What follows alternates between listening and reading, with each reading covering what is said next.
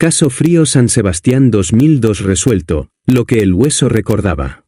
En el archivo forense del Instituto Vasco de Medicina Legal en Bilbao hay un sistema de almacenamiento de muestras biológicas que funciona con la lógica específica de los lugares que guardan cosas para las que todavía no existe la pregunta correcta. Muestras de tejido óseo, de cabello, de uña. Guardadas en condiciones controladas, catalogadas con números de expediente, esperando el momento en que la ciencia tenga la capacidad de preguntarles lo que en el momento de su recogida no podía preguntarse. El expediente número 2002-0847 SS había estado en ese archivo durante 20 años. Correspondía al caso de Elena Mendoza Ibáñez, fallecida en San Sebastián el 14 de febrero de 2002, 43 años, cuya muerte había sido inicialmente catalogada como fallo cardíaco de causa indeterminada y que había desencadenado uno de los juicios más mediáticos del País Vasco de la primera década del siglo, el juicio contra su marido, el doctor Iñaki Garrido Lasa, médico de urgencias del Hospital Universitario Donostia, acusado de envenenarla con un compuesto que los toxicólogos de 2003 no habían podido detectar con los métodos disponibles en ese momento. Iñaki Garrido fue absuelto en 2004. El jurado, después de 5 días de deliberación, determinó que la evidencia presentada era insuficiente para establecer su culpabilidad más allá de toda duda razonable. Garrido salió del tribunal con la absolución que le garantizaba que nunca podría ser juzgado por ese mismo delito de nuevo. 20 años después, en 2022, una investigadora de toxicología forense de la Universidad del País Vasco solicitó acceso a las muestras del expediente 2002-0847 SS para un proyecto de investigación sobre la detección retrospectiva de compuestos tóxicos en tejido óseo preservado. No buscaba el caso Garrido específicamente. Buscaba muestras con determinadas características de preservación. Lo que encontró cuando analizó el tejido óseo con las técnicas de cromatografía líquida de alta resolución acoplada a espectrometría de masas en tándem que en 2002 no existían cambió todo lo que el sistema legal creía que podía hacer con ese caso. Bienvenido a Caso Frío. Si es la primera vez que estás aquí, suscríbete ahora porque lo que estás a punto de escuchar va a cambiar lo que crees saber sobre lo que la justicia puede hacer cuando la ciencia llega demasiado tarde y sobre lo que ocurre cuando llega 20 años después. Esta es la historia de Elena Mendoza, de Iñaki Garrido, y del hueso que recordó lo que el jurado no pudo ver. Parte 1. Elena. Elena Mendoza Ibáñez nació en San Sebastián en 1958, segunda hija de un comerciante del barrio de Gros y una mujer que había trabajado como costurera hasta que el nacimiento de sus hijos había reorganizado sus prioridades de manera que el taller pasó a ser una actividad secundaria aunque nunca completamente abandonada.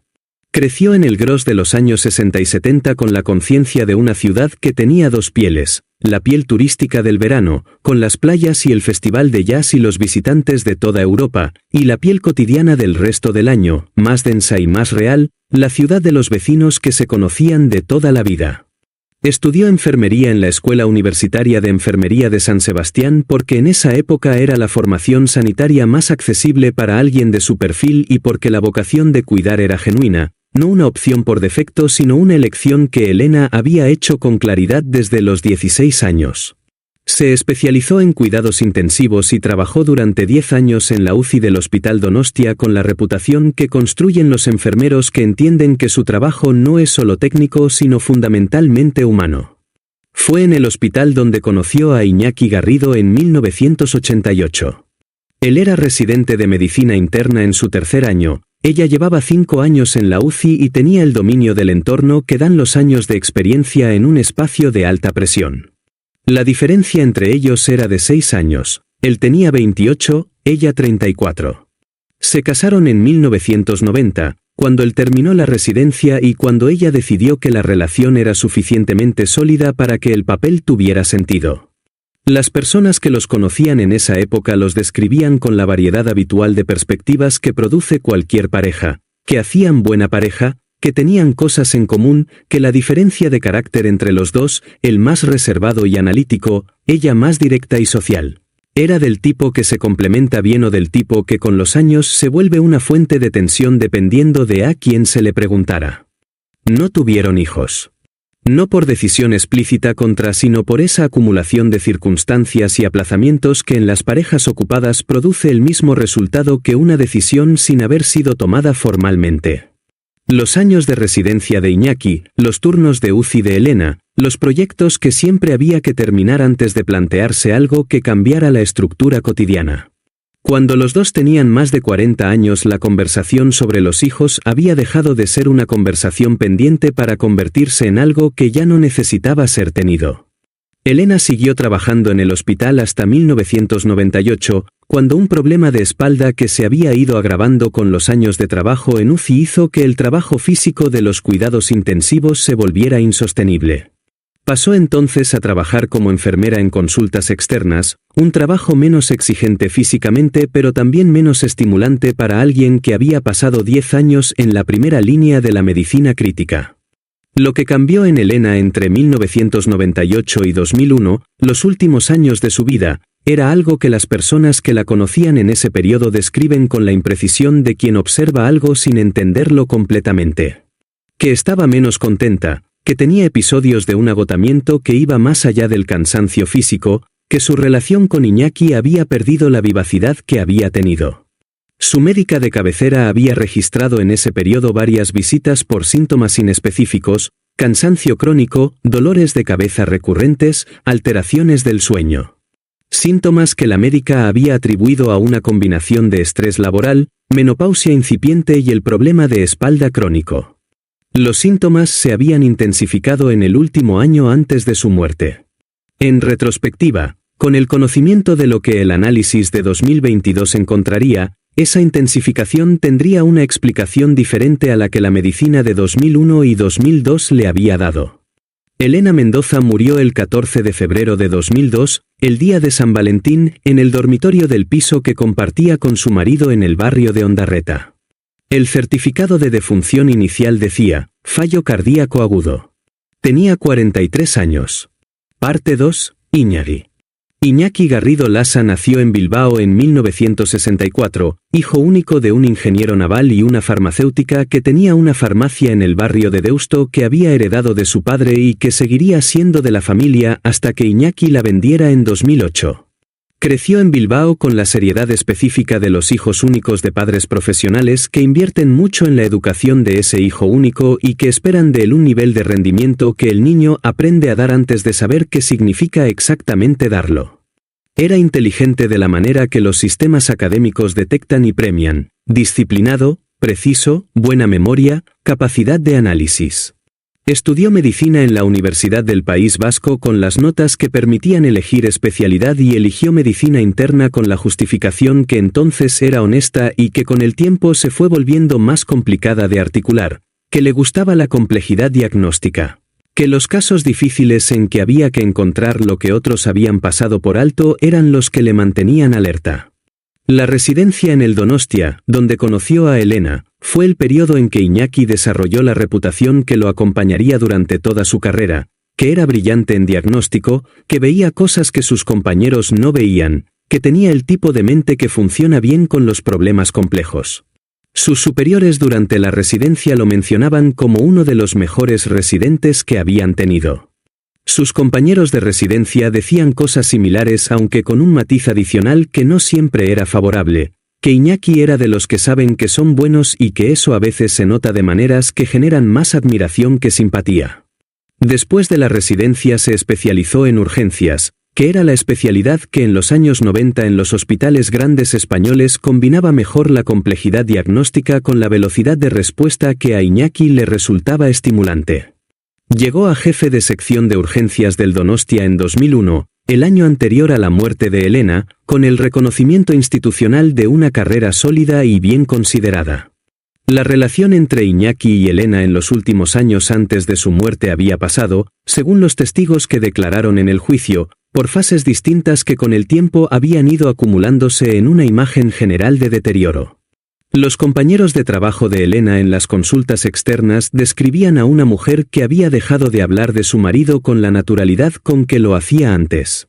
La hermana de Elena, Lucía, que vivía en San Sebastián y que era la persona más cercana a ella, Declaró en el juicio que en los últimos 2 años de vida de Elena había habido conversaciones entre las dos en que Elena había mencionado que las cosas en casa no eran como habían sido. Que Iñaki era distante. Que a veces sentía que vivía en la misma casa que un desconocido. Lucía declaró también que Elena le había mencionado, unos 6 meses antes de su muerte, que había encontrado indicios de que Iñaki tenía una relación con otra persona. Que no se lo había confirmado directamente, sino que había llegado a esa conclusión a través de detalles que había ido acumulando.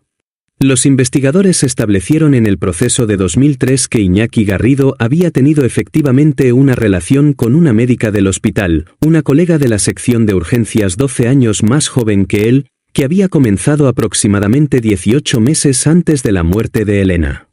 La relación era el móvil. Los medios eran la cuestión. Parte 3. El 14 de febrero. El 14 de febrero de 2002 fue un jueves. Iñaki Garrido había trabajado la guardia nocturna del miércoles al jueves y había llegado a casa alrededor de las 8:30 de la mañana. Elena estaba en casa porque tenía el jueves libre. Según el relato de Iñaki, que es el único relato disponible de lo que ocurrió esa mañana porque Elena no sobrevivió para dar el suyo, llegó a casa, desayunaron juntos. Elena dijo que no se encontraba bien, que tenía dolor de cabeza y náuseas. Iñaki dijo que probablemente era un episodio de los que ella llevaba teniendo desde hacía meses y le recomendó que descansara. Fue a dormir porque llevaba una noche entera de guardia. Se despertó a las 2 de la tarde y fue a ver cómo estaba Elena. La encontró en el dormitorio sin respuesta. Llamó al 112. Los servicios de urgencia llegaron en 8 minutos. Elena no respondió a las maniobras de reanimación. Fue declarada muerta a las 2:17 de la tarde. El médico que certificó el fallecimiento anotó, fallo cardíaco agudo. No había antecedentes de enfermedad cardíaca conocida en Elena. Había 43 años. El médico que certificó el fallecimiento hizo una nota que en ese momento no generó una investigación pero que quedó en el registro, que la causa del fallo cardíaco no era obvia y que podría ser conveniente una autopsia. La autopsia fue solicitada por la familia. Lucía, la hermana de Elena, insistió desde el principio en que no quería que la muerte quedara sin explicación. La autopsia fue realizada 2 días después en el Instituto Vasco de Medicina Legal. El patólogo que realizó la autopsia encontró cambios cardíacos compatibles con una arritmia letal pero sin la lesión anatómica que suele acompañar a las muertes cardíacas en personas jóvenes. Encontró también alteraciones en tejidos que describió en su informe como consistentes con un proceso tóxico aunque no concluyentes. Recomendó un análisis toxicológico completo. El análisis toxicológico inicial no encontró ningún compuesto conocido en las concentraciones que habrían justificado el fallecimiento. Los métodos disponibles en 2002 para el análisis toxicológico post-mortem eran suficientemente amplios para detectar los venenos más comunes pero insuficientes para detectar determinados compuestos organofosforados de síntesis reciente con propiedades cardiotóxicas que no habían sido incluidos todavía en los protocolos estándar de screening. Lo que el análisis de 2002 no encontró no significaba que no estuviera. Significaba que la tecnología disponible no podía verlo todavía. La muerte fue clasificada como natural, causa arritmia cardíaca, con nota de etiología incierta. Pero el informe del patólogo fue suficiente para que el juez de instrucción que revisó el caso decidiera que había razones para investigar más. Parte 4. La investigación de 2003.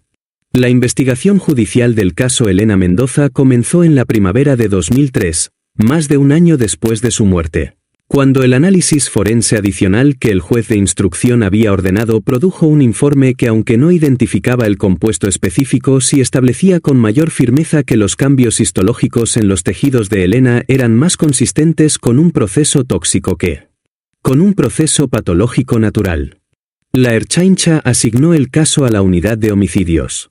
Los investigadores comenzaron por construir el cuadro completo de la situación, la relación entre Iñaki y Elena, los problemas de salud que Elena había tenido en los últimos meses, la relación paralela de Iñaki, las circunstancias del fallecimiento, el acceso que Iñaki como médico de urgencias tenía a compuestos farmacológicos que no estarían al alcance de la mayoría de las personas. El acceso era el elemento más sólido de la investigación. Como jefe de sección de urgencias del Donostia, Iñaki tenía acceso a una farmacia hospitalaria con protocolos de control que en 2003 tenían lagunas que en años posteriores serían corregidas. Los registros de la farmacia hospitalaria mostraban que en los 18 meses anteriores a la muerte de Elena había habido irregularidades menores en el inventario de varios compuestos, irregularidades que individualmente podían explicarse por errores de registro o de administración, pero que en conjunto sugerían extracciones no documentadas. Entre los compuestos con irregularidades de inventario había 3 que los toxicólogos forenses de la investigación identificaron como potencialmente cardiotóxicos en dosis acumuladas. El más relevante era un organofosforado que se usaba en protocolos específicos de sedación en urgencias y que en dosis subletales administradas de manera continuada durante semanas o meses podía producir deterioro cardíaco progresivo culminando en una arritmia fatal. Un compuesto que no aparecía en los paneles de screening toxicológico estándar de 2002. Era una hipótesis que explicaba los síntomas que Elena había tenido en los meses anteriores a su muerte, que explicaba los hallazgos histológicos del patólogo y que explicaba la ausencia de resultado en el análisis toxicológico inicial. Pero era una hipótesis. No era evidencia directa. Los análisis adicionales que los toxicólogos de la investigación realizaron en las muestras biológicas que quedaban en el archivo forense intentaron confirmar la presencia del compuesto. Los métodos disponibles en 2003 para el análisis de organofosforados en tejido orgánico degradado producían resultados que eran sugestivos pero no concluyentes. El laboratorio del Instituto Vasco de Medicina Legal reportó que las muestras mostraban indicadores compatibles con la exposición al compuesto, pero que los niveles de degradación de las muestras hacían que la confirmación analítica estuviera por debajo del umbral de certeza que los estándares forenses requerían. El fiscal que llevaba el caso decidió que la evidencia circunstancial acumulada, el móvil, el acceso, los indicadores toxicológicos no concluyentes, los cambios histológicos, era suficiente para sostener una acusación. Iñaki Garrido fue detenido en junio de 2003, 16 meses después de la muerte de Elena. Parte 5. El juicio. El juicio contra Iñaki Garrido Lasa comenzó en octubre de 2004 ante la Audiencia Provincial de Guipúzcoa. Era un juicio conjurado, lo que en el sistema español de 1995 en adelante era la opción en los casos de homicidio, y fue cubierto por los medios de comunicación del País Vasco y del Estado con la intensidad que tiene un caso que combina varios elementos de alta visibilidad: médico acusado, víctima de su misma profesión, veneno sin identificar, adulterio como móvil. El juicio duró 3 semanas. La acusación presentó su caso construyendo cada elemento del esquema que la investigación había desarrollado: el deterioro de la relación paralela, el acceso al compuesto, las irregularidades de inventario, los indicadores toxicológicos, los hallazgos histológicos. La defensa atacó cada elemento con la precisión de un equipo legal bien preparado. Las irregularidades de inventario podían ser errores administrativos como lo habían sido en otros servicios del mismo hospital en el mismo periodo. Los indicadores toxicológicos eran sugestivos pero expresamente no concluyentes según el propio informe del laboratorio. Los hallazgos histológicos eran compatibles con un proceso tóxico pero también compatibles con otras causas. El deterioro de la relación y la relación paralela eran hechos moralmente relevantes pero no legalmente probatorios de nada. La defensa trajo también a sus propios peritos, 2 toxicólogos forenses que habían revisado los análisis disponibles y que declararon que los métodos usados en los análisis de 2003 no tenían la sensibilidad necesaria para confirmar ni para descartar la presencia del compuesto y que en consecuencia los resultados eran científicamente neutros. Que no podía afirmarse que el compuesto estuviera presente con los datos disponibles y que no podía afirmarse que estuviera ausente. El perito estrella de la acusación fue una toxicóloga del Instituto Nacional de Toxicología que declaró con autoridad académica que el cuadro clínico de los últimos meses de Elena, los síntomas específicos, su progresión, la naturaleza de la muerte, era altamente consistente con la exposición crónica al compuesto que la acusación identificaba. Que desde el punto de vista médico el cuadro era más explicable por ese compuesto que por cualquier otra causa identificable. Pero altamente consistente no era lo mismo que probado. Y el jurado, después de 5 días de deliberación, determinó que la evidencia era insuficiente. El veredicto fue de no culpable. Iñaki Garrido salió del tribunal el 28 de octubre de 2004 con la absolución que el principio jurídico non bis in idem garantizaba que sería definitiva. Nunca podría ser juzgado por la muerte de Elena de nuevo, independientemente de lo que cualquier análisis futuro pudiera encontrar. O al menos eso era lo que todos asumían. Parte 6. Los años.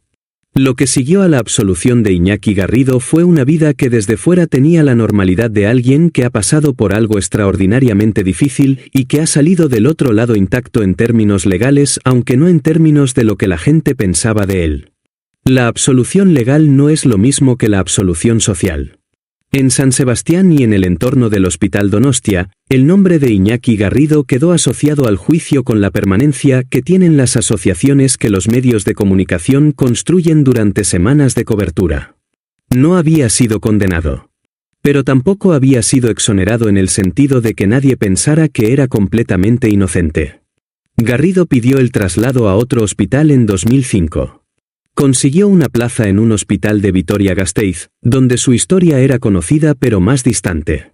Trabajó en urgencias durante varios años con la competencia que siempre había tenido, con la distancia adicional que la experiencia del juicio había añadido a su carácter ya reservado.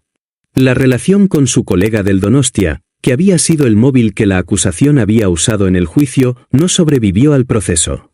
Terminó durante el periodo en que Garrido estaba en prisión preventiva, lo que en el análisis de quienes seguían el caso fue interpretado de maneras distintas dependiendo de las simpatías de cada uno.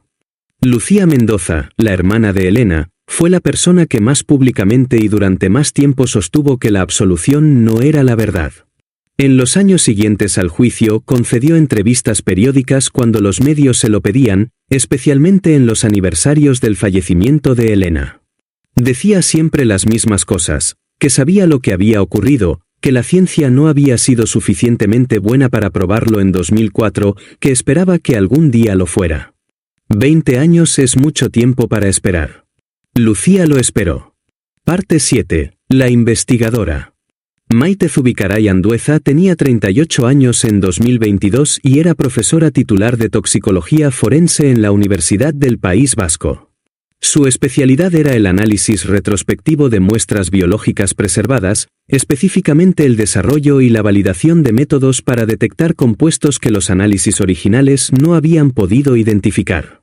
Era el tipo de investigación que existe en la intersección entre la ciencia y la justicia, no solo desarrollar los métodos sino aplicarlos a casos históricos para determinar si lo que los análisis originales no habían encontrado podría encontrarse ahora con técnicas más avanzadas. Era un campo joven, con implicaciones legales complejas, y Maite era una de las investigadoras más reconocidas en España. En 2022 estaba trabajando en un proyecto de investigación financiado por el Ministerio de Ciencia sobre la viabilidad del análisis toxicológico retrospectivo en tejido óseo preservado en archivos forenses españoles.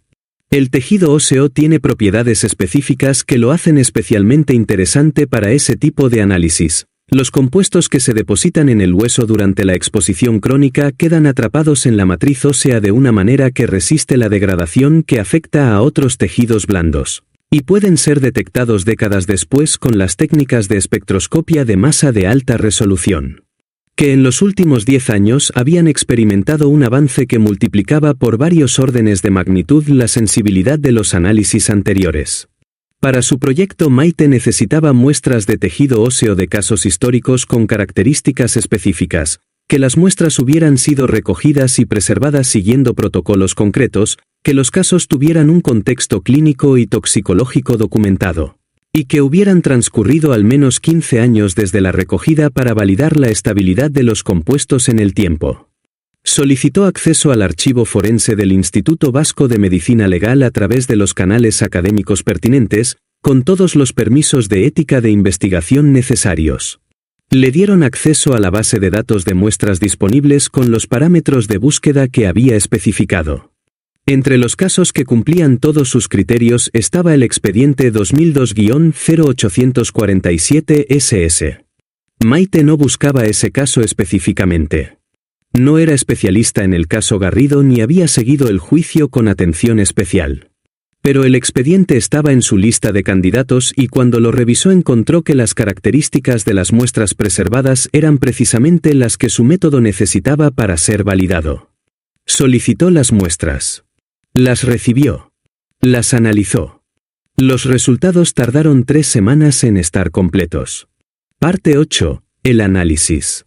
El método que Maite Zubicaray usaba combinaba la cromatografía líquida de ultra alta resolución con la espectrometría de masas en tándem en una configuración que permitía detectar compuestos a concentraciones del orden de partes por trillón, varios órdenes de magnitud por debajo de lo que los métodos de 2002 y 2003 eran capaces de detectar.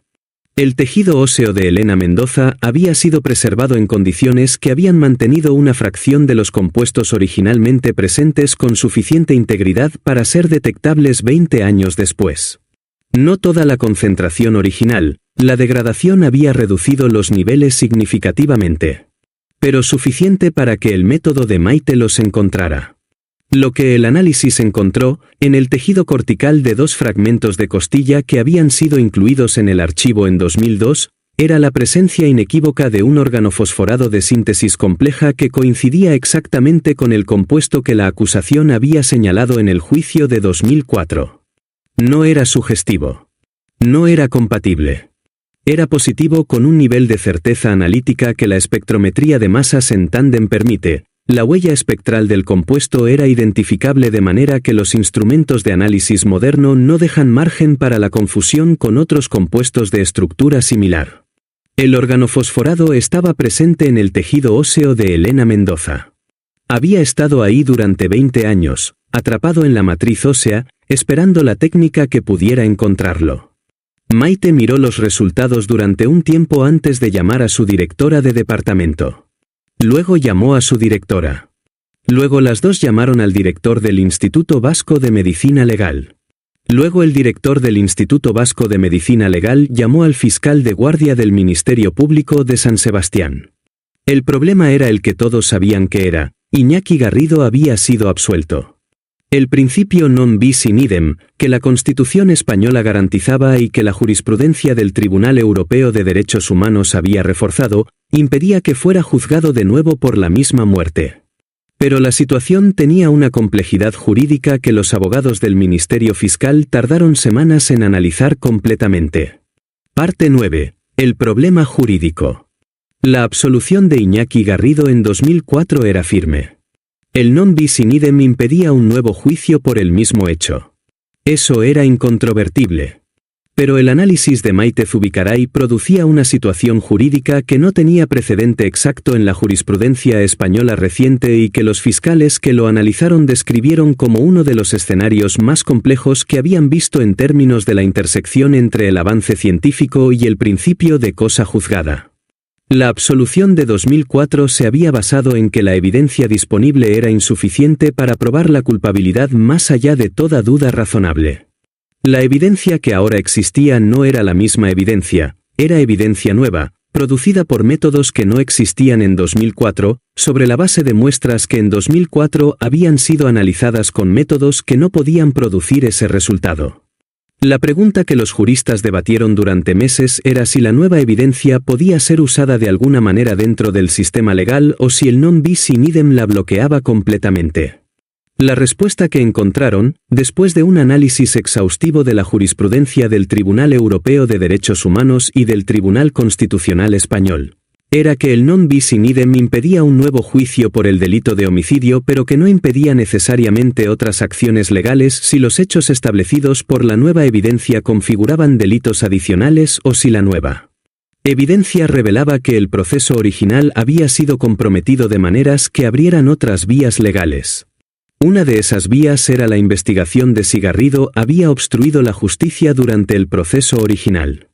Otra era si los hechos del caso, reexaminados a la luz de la nueva evidencia, configuraban algún delito que no hubiera sido objeto del juicio original y que por tanto no estuviera protegido por el non bis in idem. La tercera vía, la más importante para la familia de Elena, era la declaración judicial de los hechos. Que aunque no pudiera haber nuevo juicio penal, un tribunal podía establecer formalmente que el análisis de 2022 probaba la presencia del compuesto y que esa declaración tenía consecuencias en términos de responsabilidad civil y en términos del registro histórico del caso. Parte 10. Lucía. Lucía Mendoza Ibáñez tenía 64 años en 2022, 21 años después de la muerte de su hermana Elena.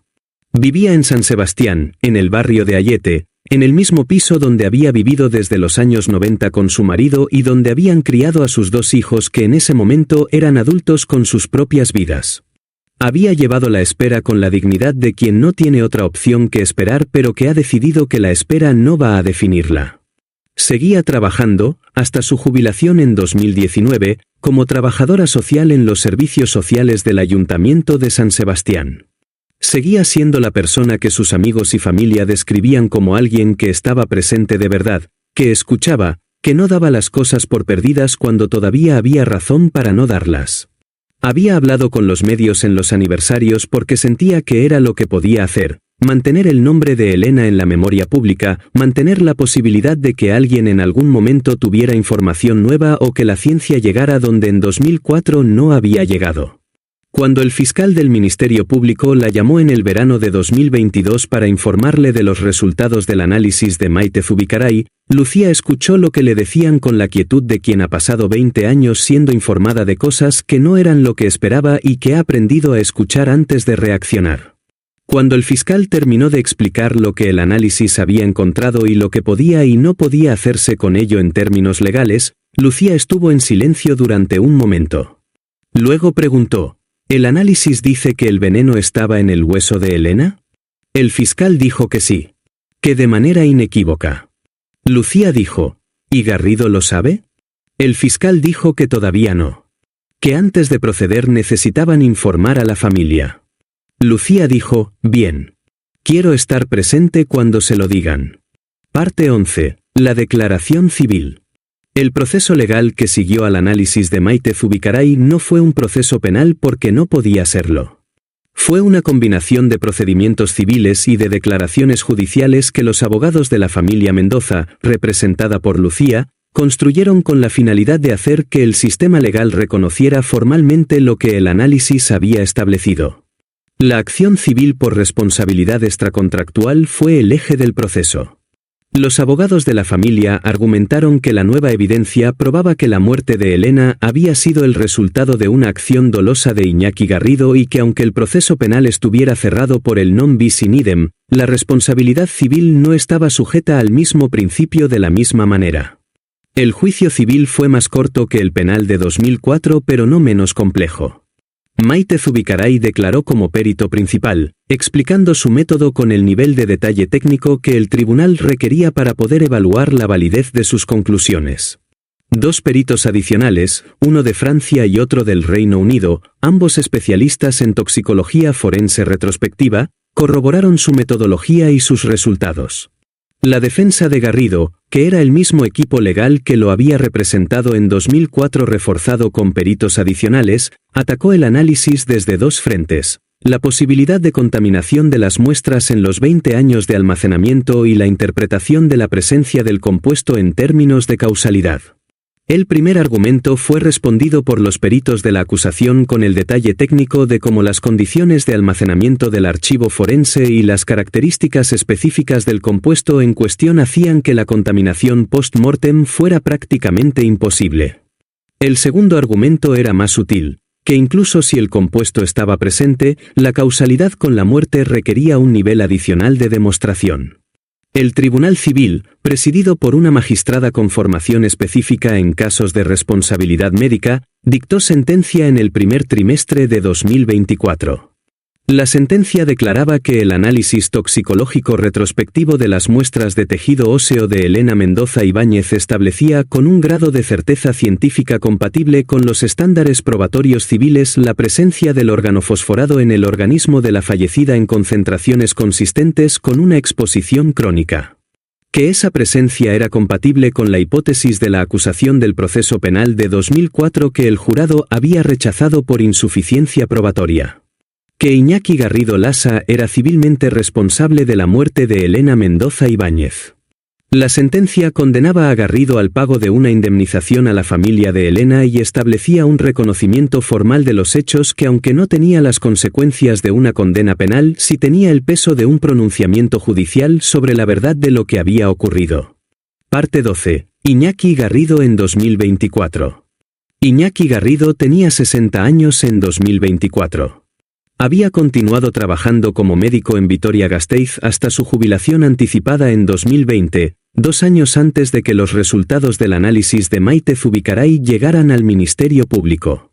Se había jubilado por razones de salud que sus conocidos describían como el acumulado de décadas de trabajo en urgencias, que es una especialidad que cobra un precio físico y psicológico específico que los que lo han visto desde fuera entienden solo parcialmente. Cuando la demanda civil fue notificada a su representación legal en el otoño de 2022, Garrido respondió a través de sus abogados con la posición que había mantenido desde 2003, que era inocente, que el jurado había determinado correctamente en 2004 que la evidencia era insuficiente, y que el análisis de 2022 no cambiaba esa determinación porque el proceso penal era definitivo. Sus abogados presentaron la defensa en el proceso civil con el mismo rigor que en el proceso penal, aunque con el hándicap de que en el proceso civil el estándar probatorio es diferente al penal, no requiere certeza más allá de toda duda razonable sino la preponderancia de la evidencia, que es un estándar que la nueva evidencia toxicológica era suficientemente sólida para satisfacer. Garrido no declaró en el proceso civil. Era su derecho.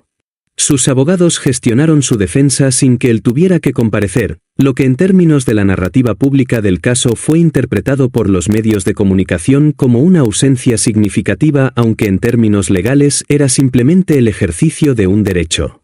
Cuando la sentencia fue dictada, los abogados de Garrido anunciaron recurso ante el Tribunal Superior de Justicia del País Vasco. El proceso de apelación estaba en curso cuando esta historia fue escrita. Lo que Garrido pensaba de lo que había ocurrido, de lo que el análisis de Maite Zubicaray había encontrado, de lo que la sentencia civil declaraba, no era conocido públicamente porque Garrido había mantenido el silencio que había mantenido desde el primer día en que su nombre apareció asociado a la muerte de Elena. Un silencio que sus defensores interpretaban como la dignidad del inocente y que sus detractores interpretaban como la ausencia de remordimiento del culpable. La sentencia civil había declarado lo que el juicio penal no había podido declarar. Pero la pregunta de lo que Garrido sabía desde el principio, la pregunta que Lucía Mendoza se había hecho durante 20 años, seguía siendo la pregunta que solo Garrido podía responder y que probablemente nunca respondería. Parte 3. Maite y la ciencia. Maite Zubicaray publicó los resultados del análisis en la revista Journal of Analytical Toxicology en el otoño de 2022, antes de que el proceso civil hubiera comenzado, porque los resultados eran científicamente significativos independientemente de sus implicaciones legales y porque la comunidad científica necesitaba conocer el método y su validación. El artículo no mencionaba el nombre de Elena Mendoza ni el nombre de Iñaki Garrido. Describía el caso en términos anonimizados, como era el protocolo de publicación para estudios con datos forenses. Describía el método, los resultados del análisis, las conclusiones sobre la viabilidad de la detección retrospectiva de organofosforados en tejido óseo preservado durante 20 años. Fue citado más de 200 veces en los 2 años siguientes a su publicación. La comunidad de toxicología forense lo adoptó como referencia para el desarrollo de protocolos de reanálisis de muestras archivadas en casos históricos. En varios países europeos, fiscalías y servicios forenses comenzaron a revisar sus archivos para identificar casos en los que el método podría tener aplicación. Maite, cuando los periodistas le preguntaban sobre las implicaciones del caso, hablaba de la ciencia y no de los individuos. Decía que su trabajo era desarrollar métodos que permitieran a la justicia acceder a información que antes no había sido accesible. Que las implicaciones legales de esa información correspondían a los juristas, no a los científicos. Que su responsabilidad terminaba donde empezaba la del sistema legal. Pero en una entrevista para una revista de divulgación científica del País Vasco que fue ampliamente citada, dijo algo que se alejaba del registro técnico habitual, que uno de los aspectos de su trabajo que encontraba más difícil de procesar era la asimetría temporal de la justicia forense. Que la ciencia avanza en el tiempo y que los casos que el sistema legal había cerrado hace 20 años podían ser reabiertos por análisis que no habrían sido posibles entonces. Que eso era una posibilidad que la ciencia abrí pero que el sistema legal solo podía aprovechar de maneras limitadas. Que había casos en los que la ciencia podía decir lo que el sistema legal no podía hacer. Que esa brecha entre lo que se sabía y lo que podía hacerse con lo que se sabía era una de las tensiones más difíciles del trabajo forense. Parte 14. Lucía y el reconocimiento. El día en que fue notificada la sentencia civil, Lucía Mendoza estaba en el piso de Ayete con su marido y su hijo mayor. El abogado la llamó por teléfono para leerle el fallo antes de que fuera público. Lucía escuchó la lectura del fallo en silencio. Cuando el abogado terminó, dijo: ¿La sentencia dice que fue él? El abogado dijo que la sentencia declaraba la responsabilidad civil de Garrido por la muerte de Elena basándose en la nueva evidencia toxicológica. Lucía estuvo en silencio durante un momento más. Luego dijo: Elena lo sabía. En los últimos meses me dijo que algo no iba bien con su cuerpo pero que los médicos no encontraban qué era. Que se sentía diferente de una manera que no podía explicar. El abogado dijo que lo entendía. Lucía dijo: ella sabía que algo pasaba. Solo que no sabía qué. Era la frase que los periodistas que cubrieron la sentencia citaron más frecuentemente porque capturaba algo sobre el caso que ningún análisis toxicológico podía capturar, que Elena había vivido los últimos meses de su vida sintiendo lo que le estaban haciendo sin poder nombrar lo que era. Cuando los medios de comunicación publicaron la noticia de la sentencia, Lucía hizo una declaración breve fuera del edificio del juzgado. Dijo que la sentencia era un reconocimiento de que Elena había sido víctima de un delito y no de una enfermedad. Que ese reconocimiento no devolvía a Elena pero que cambiaba lo que quedaba en el registro. Que durante 20 años la versión oficial había sido que Elena había muerto de un fallo cardíaco y que ahora la versión oficial era diferente. Que eso era lo que había esperado 20 años. Parte 15. El archivo y lo que guarda. El archivo forense del Instituto Vasco de Medicina Legal en Bilbao tiene en sus estantes, además del expediente 2002-0847 SS que fue el centro de esta historia, cientos de expedientes con muestras preservadas de casos que fueron cerrados con las tecnologías disponibles en su momento. Casos en los que los análisis de la época no pudieron identificar lo que los análisis modernos podrían quizás encontrar.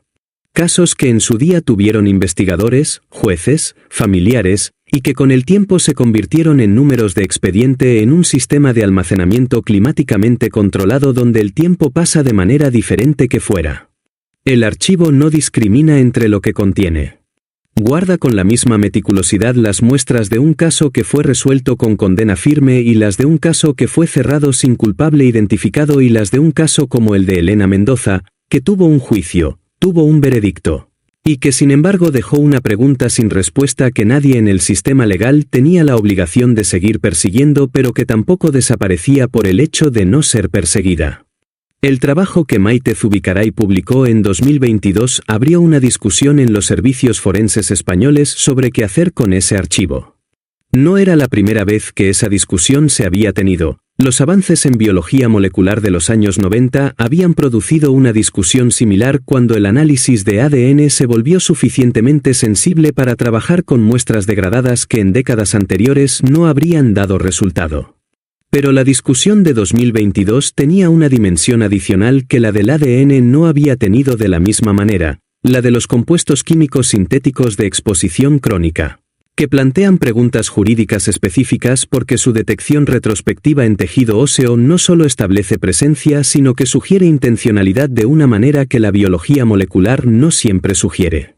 La discusión tenía múltiples dimensiones que los participantes en ella describían como genuinamente difíciles de resolver incluso desde posiciones bien informadas y bien intencionadas. La dimensión técnica era la más manejable. ¿Qué casos tenían muestras con las características de preservación necesarias para que un reanálisis tuviera posibilidades razonables de producir resultados útiles? Esa dimensión podía ser respondida con inventarios y criterios de selección, con el rigor de la ciencia aplicada a los archivos. La dimensión legal era más compleja porque operaba en la intersección entre principios que tienen cada uno su propia lógica y su propia legitimidad. El principio non bis in idem, que protege a los individuos de ser sometidos indefinidamente a la persecución del Estado, es un pilar del Estado de Derecho que no puede ser erosionado sin consecuencias que van más allá de los casos individuales. El principio de la verdad material, que dice que el sistema legal debe reflejar lo que realmente ocurrió y no solo lo que pudo ser probado en un momento específico con los medios disponibles entonces, es también un pilar. Los dos principios no siempre apuntan en la misma dirección y la jurisprudencia que los concilia es compleja, evolutiva, y nunca completamente satisfactoria para todos los que tienen algo que ganar o perder en su aplicación. El debate entre los juristas que participaban en la discusión de 2022 incluía posiciones que iban desde la más restrictiva, que decía que las sentencias firmes son firmes y que reabrirlas bajo cualquier pretexto compromete la seguridad jurídica que es el fundamento del sistema, hasta la más expansiva, que decía que el non bis in idem fue diseñado para proteger a los inocentes de la persecución arbitraria del Estado y que usarlo para proteger a los culpables de las consecuencias de evidencia científica nueva era una perversión de su propósito original. La dimensión ética era la que más directamente afectaba a las familias de las víctimas y era también la que resultaba más difícil de resolver en abstracto porque requería poner en la balanza valores que no tienen una jerarquía natural entre sí. El derecho de la familia de una víctima a conocer la verdad de lo que ocurrió y a ver esa verdad reconocida formalmente por el sistema. El derecho de un individuo que ha sido absuelto a no vivir bajo la amenaza permanente de que nuevas evidencias puedan reabrir su situación legal de manera indefinida. El interés público en que el sistema legal sea percibido como capaz de llegar a la verdad con los mejores medios disponibles en cada momento. La necesidad práctica de que las sentencias firmes sean estables para que el sistema funcione. La discusión seguía abierta cuando esta historia fue escrita. Con grupos de trabajo en el Ministerio de Justicia y en el Consejo General del Poder Judicial que estaban analizando si la legislación procesal española debería ser modificada para crear mecanismos específicos que permitieran la revisión de sentencias firmes en casos de homicidio cuando nueva evidencia científica de alta solidez fuera producida después de su firmeza. Ninguno de esos grupos de trabajo había producido todavía una propuesta de modificación legislativa que tuviera suficiente consenso para ser presentada al Parlamento. Las dificultades no eran técnicas sino conceptuales: definir con precisión qué tipo de evidencia, con qué estándares de validación científica, producida en qué condiciones, podría justificar la revisión de qué tipos de sentencias, con qué consecuencias posibles. El expediente 2002-0847 SS había dejado de ser solo un caso para convertirse en el caso de referencia de esa discusión, el ejemplo concreto alrededor del cual los argumentos abstractos adquirían peso y textura. Los abogados citaban el caso Mendoza Garrido en sus artículos sobre non bis in idem.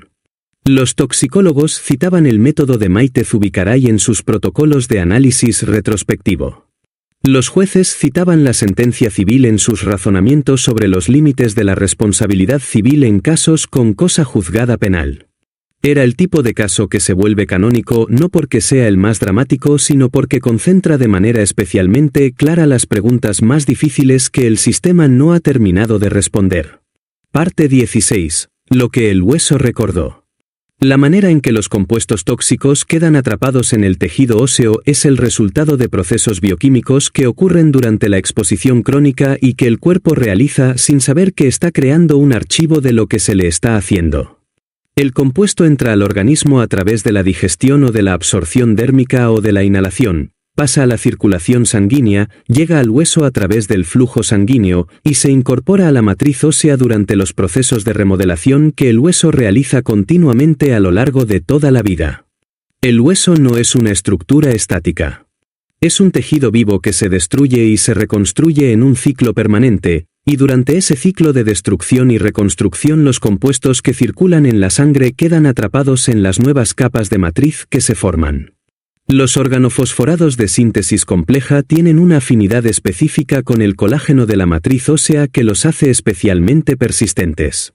Una vez incorporados, resisten la degradación que afecta a los tejidos blandos, a los órganos, a los fluidos corporales. Permanecen en la estructura ósea durante décadas después de que todo lo demás se ha transformado o degradado más allá del reconocimiento. Son, en términos forenses, la memoria química más durable del organismo. El organofosforado que Maite encontró en el hueso de Elena había estado ahí durante los meses de exposición antes de su muerte, incorporándose a la matriz en cada ciclo de remodelación que el hueso había realizado mientras Elena vivía y mientras el compuesto circulaba en su sangre. Había seguido ahí durante los 2 días entre la muerte y la autopsia. Había seguido durante los análisis de 2002, invisible para los métodos de entonces, no porque no estuviera, sino porque los instrumentos de entonces no tenían la sensibilidad para detectar las concentraciones que quedaban después de la degradación inicial. Había seguido durante los análisis adicionales de 2003, igualmente invisible, igualmente por la misma razón. Había estado ahí durante los 5 días de deliberación del jurado de 2004, mientras 9 ciudadanos vascos decidían que la evidencia era insuficiente para condenar. Había seguido estando durante los años en que Iñaki Garrido construía su vida de absuelto en Vitoria-Gasteiz, invisible y permanente en el Archivo Forense de Bilbao. Había estado durante los aniversarios en que Lucía Mendoza hablaba con los periodistas diciendo que esperaba que la ciencia llegara donde en 2004 no había llegado. Había estado durante los años en que Maite Zubicaray desarrollaba el método que finalmente podría verlo, sin saber que ese método tendría esta aplicación específica. Los huesos guardan lo que los tejidos blandos no pueden guardar. Esa es su función biológica original. Ser el andamiaje que sostiene todo lo demás, la estructura que sobrevive a lo que no sobrevive, el archivo permanente de la historia química del organismo que los aloja. En términos evolutivos, esa permanencia existe para otras razones, para la identificación, para el estudio de poblaciones históricas, para la comprensión de las enfermedades del pasado. Pero en el caso de Elena Mendoza esa permanencia tuvo un propósito adicional que ningún proceso evolutivo había diseñado: guardar la evidencia de lo que le habían hecho hasta que alguien pudiera leerla. En el caso de Elena Mendoza, su hueso había guardado la evidencia durante 20 años esperando la técnica que pudiera leerla. Con la paciencia específica de las cosas inanimadas que no esperan porque esperar requiere conciencia, pero que permanecen porque permanecer es lo que hacen. La técnica llegó. ¿Cambia algo la sentencia civil lo que ocurrió en el acantilado legal del non bis in idem? La pregunta merece una respuesta que no evite su dificultad. Desde el punto de vista de la historia de Elena, la respuesta es sí, y es un sí significativo aunque no sea el sí que muchos habrían querido. El registro histórico de su muerte ha cambiado. En los archivos del juzgado de San Sebastián, la versión que queda no es que Elena Mendoza murió de una arritmia cardíaca de etiología incierta, sino que murió envenenada por su marido. Esa diferencia no la devuelve ni repara lo irreparable. Pero cambia lo que queda cuando ella ya no está para decir lo que le ocurrió. Cambia la historia que sus sobrinos y los hijos de sus sobrinos podrán leer sobre ella. Cambia el lugar que ocupa en el registro de lo que ocurrió en San Sebastián en 2002. Desde el punto de vista de la historia de Iñaki Garrido, la respuesta también es sí, aunque en una dirección diferente.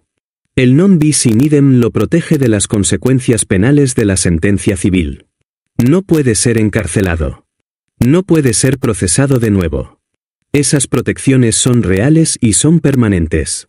Pero la sentencia civil establece algo que esas protecciones no pueden borrar, que un tribunal ha determinado que mató a su mujer. Que esa determinación existe en el registro oficial.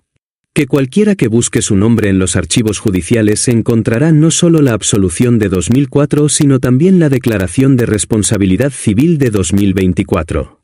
Que esas dos entradas estarán juntas para siempre, la una sin poder cancelar la otra. ¿Y qué dice de la justicia el hecho de que la verdad llegue 20 años tarde y que cuando llega no pueda producir todas las consecuencias que habría producido si hubiera llegado a tiempo? La pregunta podría responderse con indignación, con la certeza de que un sistema que permite que esto ocurra tiene un fallo fundamental que debería corregirse urgentemente. Esa respuesta tiene su legitimidad. Pero hay otra respuesta que también la tiene, que la justicia perfecta no existe, que ningún sistema legal creado por humanos puede garantizar que todos los errores sean corregidos y todos los culpables sean encontrados y todas las víctimas sean reconocidas en el momento exacto en que deberían serlo. Que eso no significa que la justicia que puede existir no valga la pena. Que 20 años tarde es demasiado tarde para muchas cosas, para la cárcel, para el duelo que habría sido diferente con la verdad conocida, para los años de incertidumbre que Lucía vivió, pero que no es demasiado tarde para el registro. Para que lo que ocurrió quede como ocurrió y no como el sistema pudo establecer en el momento en que ocurrió. El hueso de Elena recordó lo que el jurado no pudo ver porque los instrumentos de la época no se lo mostraron. No por negligencia del jurado ni por incompetencia de los toxicólogos de 2003, que usaron los mejores métodos disponibles con la mejor diligencia que esos métodos permitían. Por el límite específico que la ciencia tenía en ese momento y que el tiempo y el trabajo de investigadoras como Maite Zubicaray fueron corrigiendo sin saber que un día esa corrección tendría este nombre en este caso. Y lo que el hueso recordó llegó, con 20 años de retraso y en la forma que el sistema legal permitía en lugar de la forma que habría sido más justa, al lugar donde tenía que llegar. A un registro judicial que dice lo que ocurrió. A Lucía Mendoza que escuchó de un fiscal lo que había esperado escuchar durante 2 décadas. A la historia de Elena Mendoza que en el momento en que esta historia fue escrita ya no termina con una arritmia de causa incierta sino con la verdad de lo que fue. Que era lo que Elena merecía desde el principio. Si esta historia te ha llegado, si en algún momento has pensado en lo que significa que la ciencia avance más rápido que la justicia y en lo que ocurre cuando la ciencia llega demasiado tarde para algunas cosas pero no para todas, suscríbete ahora y activa la campanita. Cada semana traemos un caso nuevo, una historia nueva, una verdad que el tiempo no borró aunque lo intentara. Y cuéntanos en los comentarios, ¿crees que la sentencia civil es suficiente? ¿O crees que un sistema que no puede condenar penalmente a alguien que un análisis científico vincula con un homicidio tiene un fallo fundamental que debería corregirse? ¿Y qué habrías necesitado tú en el lugar de Lucía, la cárcel o el reconocimiento o los dos? Nos vemos en el próximo caso. Este contenido es una historia de ficción inspirada en dinámicas reales de casos sin resolver en España. Los personajes, nombres y eventos son ficticios.